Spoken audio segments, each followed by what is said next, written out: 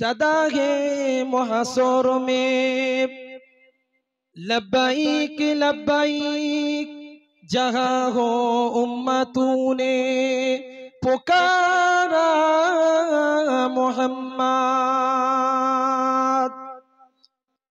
सदा है मुहशर में लब्बैक लब्बैक जहाँ हो उम्मतों ने पुकारा मोहम्मद। अल्लाहुम्मा सल्ली अला। वक़ाल अल्लाहु ताला फी कलामिहिल मजीद वल फुरक़ानिहिल हमीद कुल इन कुंतुम तुहिब्बूनल्लाह फत्तबिऊनी युहब्बिबकुमुल्लाह व यगफिर लकुम ज़ुनूबकुम वल्लाहु गफूरुर रहीम। वक़ाल अन्नबी सल्लल्लाहु अलैहि वसल्लम मन अहब्ब सुन्नती फ़क़द अहब्बनी व मन अहब्बनी कान मई फिल जन्नह। सदक़ल्लाहुल अज़ीम। समस्त प्रशंसा समस्त तारीफ तार, समस्त प्रशंसा समस्त तारीफ कार। सकले चिल्ले आवाजे बोलुन कार, दुटो हाथ तुले बोलुन कार। समस्त प्रशंसार मालिक हलेन आल्लाह। बिना दलिले आमी बोलबो ना। कुरान शरीफ खोलेन लिल्लाहि मा फिस सामावाति व मा फिल आरद। आसमान एवं जमीनेर एकमात्र मालिक हलेन आल्लाह, द्वितीय काउके आमरा विश्वास करी ना। कथा बोलेन ठीक किना? और आल्लाह सुब्हानाहु व ताआला आमरा हलाम इस्लाम धर्मेर अनुसरण, आमरा इस्लाम धर्मेर अनुगामी अनुसरण। के कोन धर्म माने आमी जानी ना, तबे आमरा जेटा मानी सेटा हलो इस्लाम धर्म। आमी कोनो धर्मके आमी टाच दिচ্ছি না, आघात करब ना। तबे आमी बोलबो आमरा जे धर्मटाके मानी, जे इस्लामके आमरा अनुसरण करी, এই ইসলামটাকে আমার আল্লাহ স্বয়ং পছন্দ করেছেন। বলুন সুবহানাল্লাহ। আমার আল্লাহ কোরআনের মধ্যে জানিয়ে দিলেন ইন্নাদ দীনা ইনদাল্লাহিল ইসলাম। সব থেকে মনোনীত ধর্ম হলো, জোরে বলুন কোন ধর্ম? আরো জোরে বলুন কোন ধর্ম? ইসলাম ধর্ম। সেই ধর্মকে আমরা অনুসরণ করি। আর আল্লাহ সুবহানাহু ওয়া তাআলা বলে দিলেন, এ আমার বান্দা বান্দি, তোরা যে ইসলাম ধর্মটাকে মেনে নিয়েছিস, এই ইসলাম ধর্মটাকে কেমন করে মানবি, কেমন করে তোরা পরিচালনা করবি, এটার জন্য তোদেরকে একটা গাইড বুক দেব, তোদেরকে একটা অনুসরণের মানুষ দেব। সেটা হলো যুগে যুগে আম্বিয়া আলাইহিস সালাতু ওয়াস সালামরা এসেছেন, আর এই মানুষ জাতিকে বুঝিয়েছে এরকম এরকম ভাবে তোমরা চলো। সর্বশেষ মেসেঞ্জার, সর্বশেষ নবী জনাবে মুহাম্মদ আরবি সাল্লাল্লাহু আলাইহি ওয়াসাল্লাম, যার সিরাতুন নবী আপনারা পিছনে দেখা পাচ্ছেন না, সিরাতুন নবী জলসা লেখা আছে। সেই সিরাতটা কি আমরা জানবো। শুধু আমরা চিল্লে সুবহানাল্লাহ হেসে তামাশা করে উইরে দিয়ে আমরা বাড়ি চলে যাব না। এই জলসা থেকে আমরা এটা জানবো যে এই মাদ্রাসাতে সিরাতুন নবীর জলসা কেন হচ্ছে, এই সিরাতুন নবীটা কে, এই সিরাতুন নবী কে, একে কেন মানবো, কিসের জন্য জলসাতে বসবো। আমাদের ঘুমকে আমরা ত্যাগ করে দিয়ে এই ঠান্ডাতে এখানে বসে আছি, কারণটা কি? এই সিরাতুন নবীটা কে? আবার আমরা জানবে সিরাতুন নবী হলেন প্রফেট মুহাম্মদ সাল্লাল্লাহু আলাইহি ওয়াসাল্লাম। বলুন সুবহানাল্লাহ, আরো জোরে বলুন সুবহানাল্লাহ। সিরাতুন নবীর জলসা আমরা করছি। সিরাত মানে নবীর আলোচনা। নবী কেমন করে মানুষের সাথে মোহাব্বত, প্রেম, ভালোবাসা করেছে, সেটা টোটাল জীবন ব্যবস্থাকে, টোটাল লাইফ স্টাইলটা হলো সিরাতুন নবী। আল্লাহ পাক কোরআনের মধ্যে জানিয়ে দিলেন কুল ইন কুনতুম তুহিব্বুনাল্লাহ। কোরআন শরীফ আপনি খোলেন 3 পারার মধ্যে সূরা আল ইমরানের মধ্যে আল্লাহ পাক বললেন কুল ইন কুনতুম তুহিব্বুনাল্লাহ قل إن كنتم تحبون الله فاتبعوني يحببكم الله ويغفر لكم ذنوبكم والله غفور رحيم। कुल এখানে বড় কফ আছে। হে নবী आप फरमा दीजिए, हे नबी आप बता दीजिए जो सब में अल्लाह को प्यार करते हैं। हे नबी আপনি বলে দেন যারা আল্লাহ আমি যারা আল্লাহ আমাকে ভালোবাসে সর্বপ্রথমে হাবিব ফাত্তাবিউনি তারা যেন আপনাকে ইক্তেদা করে। আমার আল্লাহ জানিয়ে দিলেন হাবিব আপনি বলে দেন যেন তারা যেন আমি আল্লাহ পাক যারা আমাকে প্যার করে ভালোবাসে সর্বপ্রথমে ফাত্তাবিউনি তারা যেন আপনাকে ভালোবাসে। নবীকে কেমন ভালোবাসতে হবে তিরমিজি শরীফ খোলেন হাদিস খোলেন আল্লাহ রাসূল জানালেন আন আলী রাদিয়াল্লাহু তাআলা قال قال رسول الله صلى الله عليه وسلم من احب سنتي فقد احبني ومن احبني كان معي في الجنه। আল্লাহ রাসূল হাদিসের মধ্যে বললেন আল্লাহ রাসূল ইরশাদ ফরমায়া जो शख्स मेरे सुन्नत को मोहब्बत करता है যে আমার সুন্নতকে ভালোবাসবে আমি রাসূল আমাকে সে ভালোবাসলো আর যে আমাকে ভালোবাসলো আমি রাসূল বলে যাই আল্লাহ পাকের জান্নাতে সে আমার সাথে থাকলো। আরো জোরে বলুন সুবহানাল্লাহ। আমার গ্রামের লোকেরা শুনে রেখে দেন আল্লাহর রাসূলকে প্রেম ভালোবাসা অন্তর থেকে করতে হবে। বছরে একবার করে জলসা দিলে বোঝা যায় না আল্লাহর রাসূলের প্রেম। আল্লাহর রাসূল কোনোদিন নামাজকে তিনি ছাড়েননি। আল্লাহর রাসূল 63 বছরের জিন্দেগিতে একটু মিথ্যা কথা বলেননি। আল্লাহর রাসূল 63 বছর জিন্দেগিতে কাউকে ধোঁকাবাজি দেয়নি। আল্লাহর রাসূল 63 বছর জিন্দেগিতে কোনো মানুষকে হাতের দ্বারাই কষ্ট দেননি।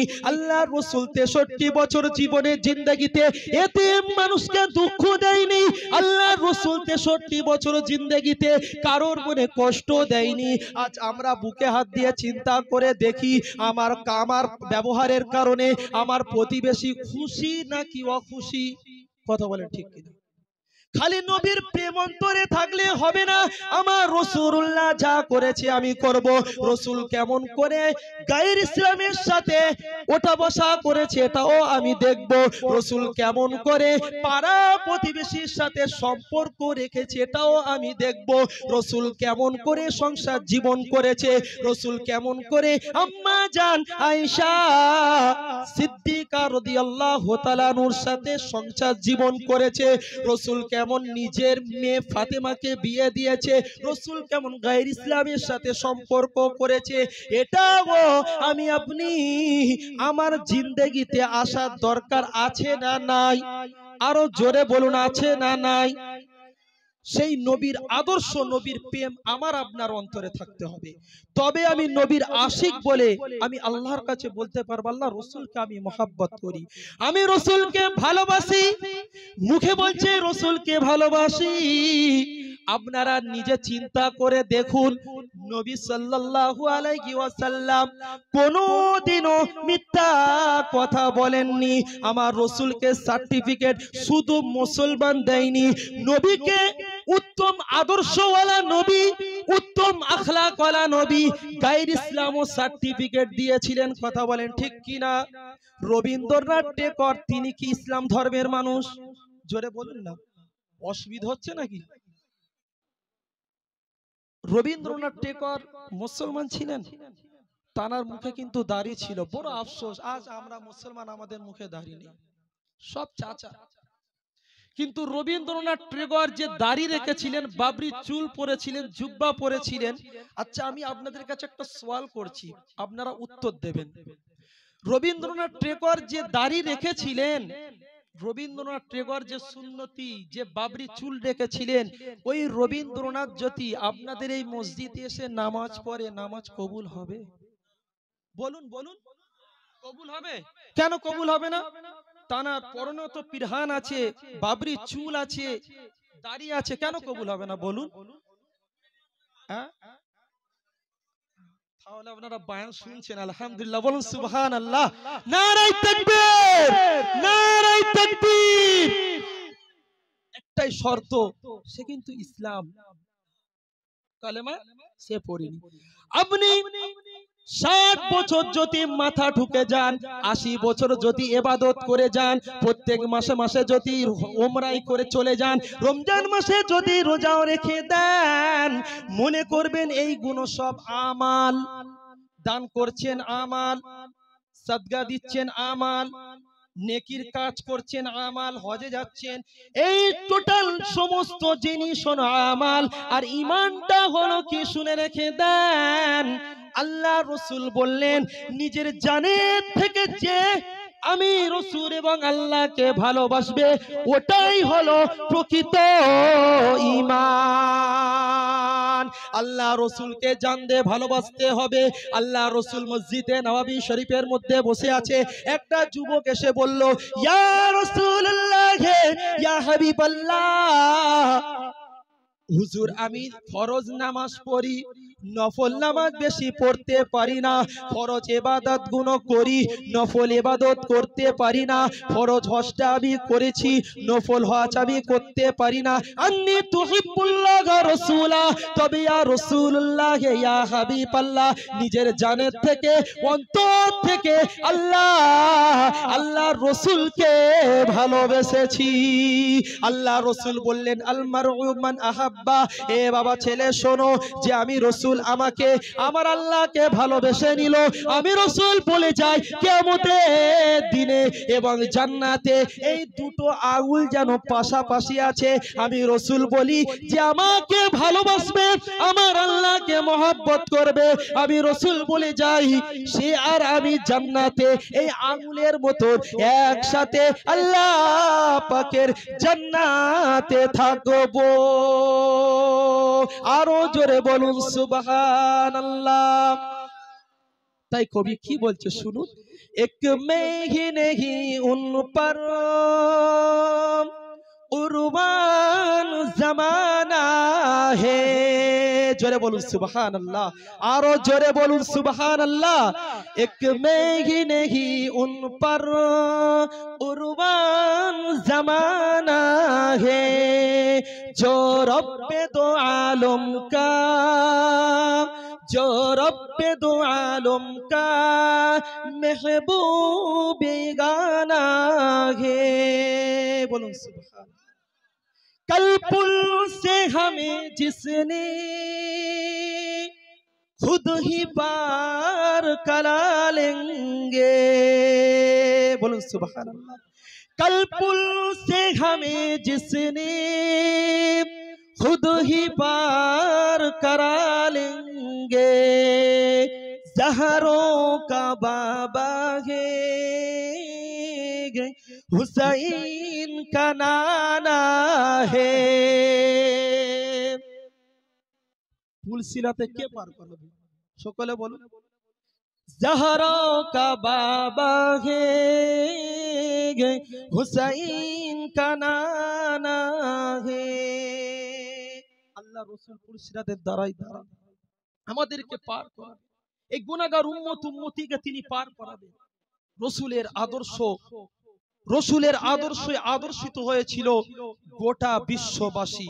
আল্লাহ রাসূল সাল্লাল্লাহু আলাইহি ওয়াসাল্লামকে এমন সুন্দর আদর্শ আমার আল্লাহ দিয়েছিলেন, আমার আল্লাহ কোরআনে জানিয়ে দিলেন, ওয়ামা আরসালনাকা ইল্লা রাহমাতাল লিল আলামিন, হাবিব আপনাকে আমি বিশ্ববাসীর জন্য রহমত স্বরূপ করে পাঠালাম। জোরে বলুন সুবহানাল্লাহ। আমার রাসূলুল্লাহ সাল্লাল্লাহু আলাইহি ওয়াসাল্লামের আখলাক চরিত্রতে খুশি হয়ে আপনি একটু গুগলকে জিজ্ঞাসা করুন, গুগল বলো দুনিয়ার বুকে সবচেয়ে শ্রেষ্ঠ মহা মানবের নাম কি? গুগল উত্তরে বলে দেবে প্রফেট মুহাম্মদ সাল্লাল্লাহু আলাইহি ওয়াসাল্লাম। বলুন সুবহানাল্লাহ। বন্ধুগণ শুধু তাই নয়, আপনি পৃথিবীর ইতিহাস খুলুন, যে ইতিহাসে সমস্ত ধর্মের যারা মহামানব আছে, যে ইতিহাসের সমস্ত ধর্মের যারা পণ্ডিত আছে, সমস্ত ধর্মের মনীষী, রবীন্দ্রনাথ ঠাকুর, কাজী নজরুল ইসলাম, গুরু নানক, স্বামী বিবেকানন্দ, বঙ্কিমচন্দ্র চট্টোপাধ্যায়, সবাইকে জিজ্ঞাসা করা হলো, বলো সব থেকে শ্রেষ্ঠ, সব থেকে উত্তম আদর্শওয়ালা মানব কোনটা? তারা এক বাক্যে বলেছিল, ওটা অন্য কেউ নয়, ওটা হলো প্রফেট মুহাম্মদ সাল্লাল্লাহু আলাইহি ওয়াসাল্লাম। বলুন সুবহানাল্লাহ। 1947 সাল, ইউটিউব চলছে, নোট করে নেন, 1974 সাল, ভুল হয়েছে, 1974 সাল বোলপুর শান্তিনিকেতন বলে একটা জায়গা আছে, যেখানে বিশ্ব নবী দিবস উদযাপন করা হয়েছিল। এই যেমন আপনারা করছেন, ওখানে 1974 সালে বিশ্ব নবী দিবস উদযাপন করা হয়েছিল। ওই বিশ্ব নবী দিবসের প্রধান বক্তা ছিলেন রবীন্দ্রনাথ ঠাকুর। উনাকে 1.5 ঘন্টা বক্তব্য সময় দিয়েছেন।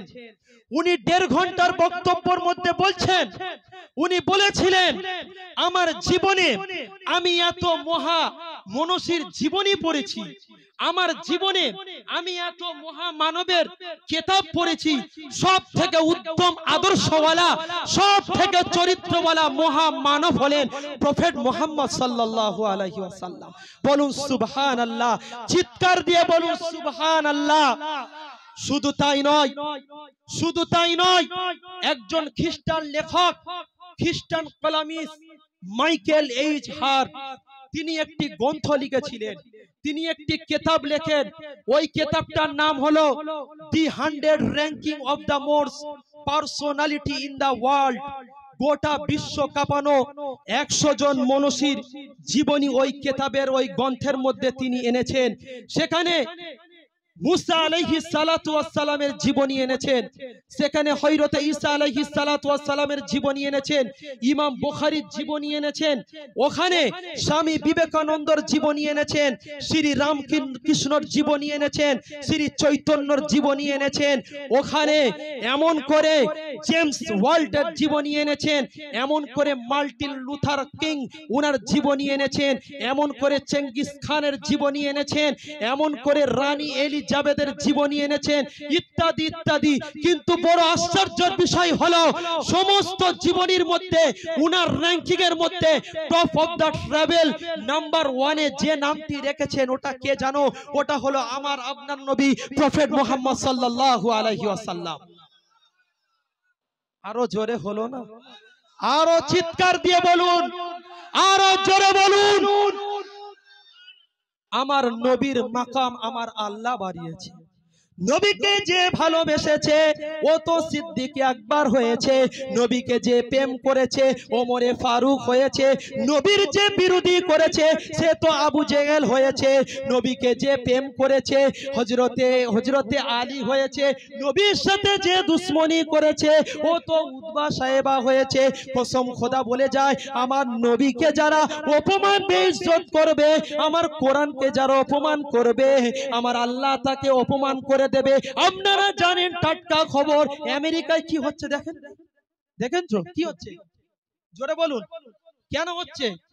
আমার আল্লাহ পাক জানিয়ে দিলেন, এ দুনিয়ার মানুষ শোনো, আমার সাথে কেউ যদি বেয়াদবি করে, আমরা হয়তো নামাজ ছেড়ে দিয়েছি, কাজা করে নাও, মাফ হয়ে যাবে, রোজা ছেড়ে দিয়েছি, কাজা করে নাও, হয়তো কোন আল্লাহর ইবাদত, আল্লাহর আমলটা আমরা ছেড়ে দিয়েছি, ওটা ইবাদত ছেড়ে দিয়েছি, তওবা করে নাও, পরে কাজা করে নাও, মাফ হবে।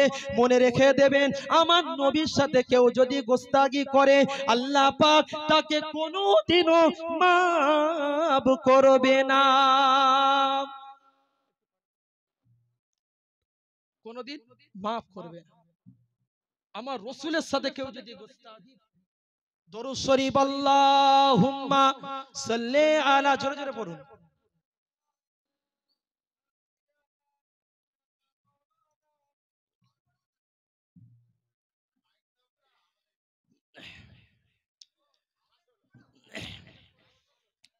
তো ভাইজানেরা, আস্তে আস্তে একটু সাউন্ড দিয়ে দাও। আপনি টোনটা পুরো বাড়িয়ে দেন, টোনটা পুরো দেন, আর বেসটা পুরো কমিয়ে দেন আর আওয়াজটাকে ভাষা। আপনাদের অসুবিধা হচ্ছে না তো? সকলে একটু হাত তুলে বলুন তো আলহামদুলিল্লাহ। আলহামদুলিল্লাহ, সত্যি খুব ভালো লাগছে। আমি তো এখানে কোনোদিন আসিনি, আমার ঘর দক্ষিণ 24 পরগনা। আমার হুজুরের এলাকার মানুষেরা খুবই সুন্দর, আলহামদুলিল্লাহ। হাজেরানে মজলিস, আমি যে কথা বলছিলাম যে আমার রসুলের শান শওকাতকে কে বাড়িয়েছে? আমার আল্লাহ বাড়িয়েছে। আমি নবী নবী করবো, যতক্ষণ করি নবী নবী করি নাকি? কারণ আল্লাহ তো শিখিয়েছে রসুলকে ভালোবাস, আমি আল্লাহ তোর হয়ে যাব। রসুলকে ভালোবাসলেই তোর হব। উদাহরণস্বরূপ, যদি এই ধরো মাদ্রাসা আছে আপনাদের, আচ্ছা ভাই, এই মাদ্রাসার একটা তালিবে ইলম খুব সুন্দর কোরআনে হাফেজ হয়েছে। সেই বাচ্চা যখন কোনো জায়গায় গিয়ে নামাজ পড়াবে, ওখানকার মানুষ বলবে সত্যি বাচ্চাটা কি সুন্দর পড়ছে। তারপরে কি বলবে? ভাই বাচ্চাটা কোন মাদ্রাসা থেকে পড়েছে? বলবে কি বলবে না? তারপরে বলবে ওই মাদ্রাসাটা কোথাকার, কোথায় ওই মাদ্রাসাটা আছে। তাহলে বাচ্চাকে প্রশংসা করা হলো মানে মাদ্রাসার প্রশংসা করা হলো। ঠিক তদ্রূপ আমার রসুলের প্রশংসা করা হলো মানে আমার আল্লাহকে প্রশংসা করা হলো। জোরে বলুন সুবহানাল্লাহ, আরো জোরে বলুন সুবহানাল্লাহ। আমার রসুলের যত গুণগান গাইবো আমার আল্লাহ তত খুশি হবে। কারণ রসুলকে তো বানানে ওয়ালা মালিক হলেন আমার আল্লাহ, রসুলকে তো সৃষ্টি করেছে আমার আল্লাহ। আমার আল্লাহই তো শিখিয়ে দিয়েছে হাবিবকে তোরা ভালোবাস, হাবিবকে খুশি কর। হাবিবকে যদি তোরা অখুশি করে দিস আমি আল্লাহ কিন্তু নারাজ হয়ে যাব। তাই আমরা হাবিবকে খুশি করব। আমার রসুলের শান শওকাত আমার আল্লাহ দিয়েছে।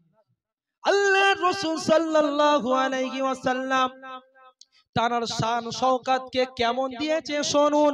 খাজা গরিবে নওয়াজ মঈনুদ্দিন চিশতি আজমিরি সঞ্জারি হুজুরের নাম শুনেছেন কি শোনেন নাই? জোরে বলুন শুনেছেন।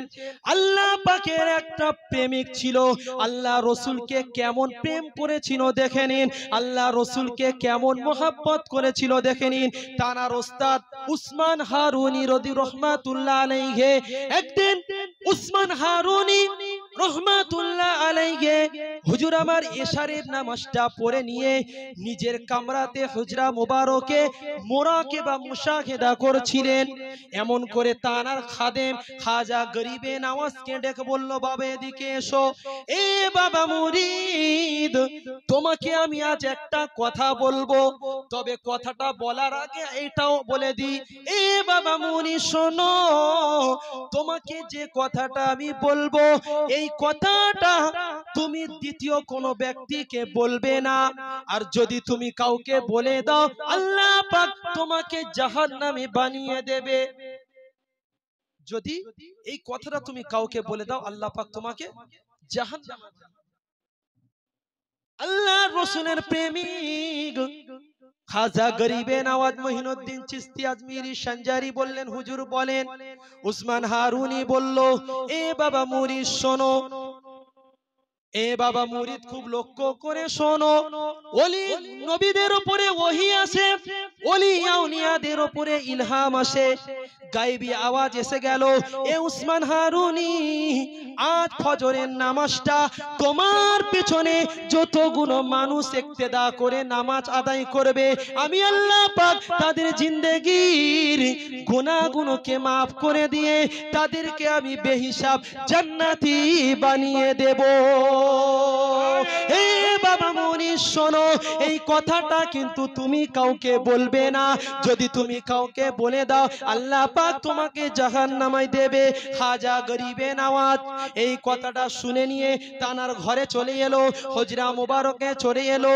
এমন করে জিকিরের মজলিসে বসে জিকির আজকার করতে করতে করতে করতে তাহাজ্জুদের যখন সময়টা হয়ে গেল, হুজুর আমার তাহাজ্জুদের নামাজটা আদায় করে নিলেন। তাহাজ্জুদের নামাজটা আদায় করে হুজুর আমার আর কিন্তু হুজুরের চোখে ঘুম আসে না। হুজুর মনে মনে করছে যদি আমি এই কথাটা না বলি হয়তো ফজরের নামাজটা বেশিরভাগ মানুষ কাজা করে ফেলে, হয়তো ফজরের নামাজটা বেশিরভাগ মানুষ ঘরে আদায় করে নেন, হয়তো বেশিরভাগ মানুষ ঘুমিয়ে পড়ে। আমি জানি না আপনাদের এই মসজিদে ফজরে ক কাতার লোক হয়, ফজরের নামাজে লোক হয়? আল্লাহ পাকের ওই বান্দাটা নবীর প্রেমিক, নবীর আশিক। মনে মনে চিন্তা করলো, এই কথাটা যদি আমি চেপে রেখে দিই, হয়তো এই কথাটা না বলার কারণে কতগুলো মানুষ জাহান্নামে যেতে পারে। আর যদি আমি এই কথাটা বলে দিই, হয়তো এই কথাটা বলার কারণে আমার পীরের পিছনে 2 রাকাত ফজরের নামাজটা আদায় করে নিয়ে জান্নাতে যাবে। এই মনের তামান্না, এই মনের আশাটা হুজুর আমার আর ধরে রাখতে পারলেন না। হুজুর আমার ফজরের যে আজানটা হয়ে গেল, এলাকায় গ্রামবাসী ঘরে ঘরে গিয়ে এলান করলো, ও আমার মহল্লাবাসীরা, উঠে পড়ো, উঠে পড়ো, আর ঘুমাবে না, উঠে পড়ো, আজ এমন একটা অফার এসেছে, আমার পীরের পিছনে 2 রাকাত ফজরের নামাজটা তোমরা আদায় করে নাও। আমার পীরের পিছনে 2 রাকাত ফজরের নামাজটা আদায় করে নাও। এরম ভাবে হুজুর আমার এলান করে করে হুজুর আমার প্রত্যেকটা ঘর থেকে সমস্ত মানুষকে তুলে মসজিদে জড়ো করে দিলেন। এদিকে উসমান হারুনি রহমাতুল্লাহ আলাইহি হুজুর আমার 2 রাকাত সুন্নত নামাজটা ঘরে পড়ে নিয়ে হুজুর আমার মসজিদের দিকে যেই রওনা দিয়েছে, হুজুর আমার দেখতে লেগেছে মসজিদে তো 2 কাতার থেকে 3 কাতারের বেশি লোক হয় না। কি ব্যাপার, হঠাৎ আজকে এতগুলো লোক, মসজিদের বারান্দা ভরে গিয়েছে, মসজিদের পাশে ফাঁকা জায়গাগুলো ভরে গিয়েছে, এমন করে মসজিদ সমূহ লোকে লোক হয়ে গিয়েছে। হুজুর আমার কিছু না বলে ফজরের নামাজটা আদায় করে দিয়ে টানার মুরিদ খাজা গরিবে নামাজকে খুঁজতে লাগলো। খুঁজতে খুঁজতে দেখতে পেল সামনের কাতারে এক জায়গাতে খাজা গরিবে নামাজ মাথাটা নিচু করে দিয়ে চোখের পানি ফেলতে আরম্ভ করে দিল। দেখছেন, মাথাটা নিচু করে চোখের পানি ছেড়ে দিয়েছে। উসমান হারুনি রহমাতুল্লাহ আলাইহি এসে বলছে, কি ব্যাপার, কি করলে তুমি? তোমাকে কি আমি কি বলেছিলাম কালকের রাতে, তুমি ভুলে গিয়েছো? খাজা গরিবে নওয়াজ বলল, হুজুর বেয়াদবি মাফ করেন, আমি আপনার দরবার থেকে যখন ফিরে আমার ঘরে এলাম, তাহাজ্জুদের নামাজটা পড়ে নিলাম, বিছানাতে মাথাটা দিয়ে যখন শুতে যাব, আমি আর ঘুমাতে পারছি না। আমার মনে একটা চঞ্চলতা ভাব শুরু হয়ে গেল। আমি এটা চিন্তা করলাম, যে নবী মদিনার জমিনে এখনো পর্যন্ত শুয়ে শুয়ে এই গুনাহগার উম্মতির জন্য কাঁদছে, আজ এমন একটা অফার হুজুর, আপনি তো বললেন যে আপনার পিছনে 2 রাকাত ফজরের নামাজটা যদি আদায় করতে পারে, আল্লাহ পাক তাদের গুনাহকে maaf করে জান্নাতে দিয়ে দেবে। আমি এই তামান্না, আমার নবীকে আমি ভালোবাসি, আমার নবীকে আমি কেমন প্রেম করি, হুজুর বেয়াদবি maaf করেন, আমার নবীকে আমি ভালোবাসি, নবীর জন্য দিওয়ানা হয়ে আছি। আজ যদি আমার বলার কারণে এই 1000 মানুষ যদি জান্নাতে যায়, আমি একা জাহান্নামে যাব, এটা আমার দুঃখ নাই। বলুন সুবহানাল্লাহ, আরো জোরে বলুন সুবহানাল্লাহ। হুজুর আমি রাসূলকে ভালোবাসি। তখন উসমান হারুনি বললেন, শোনো শোনো, আল্লাহ রাসূল হাদিসের মধ্যে বললেন, যে যাকে ভালোবাসবে তার সাথে তার হাসর হবে। তুমি আমাকে ভালোবেসেছো, এ খাজা গরিবে নওয়াজ, শোনো, তুমি আমার সাথেই জান্নাতে থাকবে। বলুন সুবহানাল্লাহ। এই জন্য দুনিয়াতে যে যাকে ভালোবাসবে তার সাথে তার অনুসরণ হবে। আমরা ইসলাম ধর্মের মানুষ, আমি যদি একটা গায়ের ইসলাম, একটা অন্য ধর্মের মানুষকে অনুসরণ করি, বয়ানটা খুব ভালো করে বুঝবেন, ভালোবাসা অনুসরণ করাটা কিন্তু আলাদা জিনিস। ভালোবাসা অনুসরণ করা, তার কথা মতন চলা, এটা আলাদা, আর আমি তাকে ভালোবাসি, এটা আলাদা। আল্লাহর রাসূল শিখিয়েছেন, তুমি মানুষ হিসেবে মানুষকে ভালোবাসো, সে যে জাতির হোক, তুমি জাত দেখতে যেও না, তাকে ভালোবাসো, বিপদে তাকে সাহায্য করো। তবে মনে রেখে দেবেন, যদি সেই মানুষটা আমার ধর্মের মানুষ না হয়ে যদি অন্য ধর্মের মানুষ হয়ে, আর আমার রাসূলের সুন্নাত কোরআন হাদিসকে সে যদি না মানে, তাহলে তাকে আমি অনুসরণ করতে পারবো না। আমাদের মুসলমান ঘরের ছেলে মেয়েরা আমরা অনুসরণ করছি কাকে? গায়ের ইসলামকে তো অবশ্যই করছি, তাকেও আমরা মেনে নিচ্ছি, করছি কি করি না? হ্যাঁ, হিন্দি সিনেমা যারা আছে কে হিরো নায়িকা, তাদেরকে আমরা ভালো তো বাসছি, কিন্তু তাদের অনুসরণ করে তাদের মতনও মাথার চুল কাটছি। কথা বলেন ঠিক কিনা? কথা বলে ওয়াজ খারাপ লাগছে? নবীর মেম্বারে আমি বসে বলছি, কিছু বেয়াদবি মাফ করেন আমাকে, আমি যদি আজ হক কথা না বলি, কিয়ামতের দিনে আমার আল্লাহর কাছে আমাকে জবাব দিতে হবে। হয়তো আপনাদের রাগ ধরছে যে হুজুর কি বক্তা আল্লাহ রে বাবা, হ্যাঁ বলতে হবে, কিছু করার নাই, পরিস্থিতি খুবই খারাপ। যদি আপনাদের খোলা খোলা না আমি বোঝাতে পারি, তাহলে মনে রেখে দেবেন, আজ আমাদের ঘরের মা বোনদেরকে বেইজ্জত করা হবে, আজ আমাদের ঘরের কোরআনকে বেইজ্জত করা হবে, আজ আমাদের ঘরের তাসবিহ, আমাদের ঘরের নামাজ পাঠি, আমাদের ঘরের কোরআন শরীফকে বেইজ্জত করা হবে।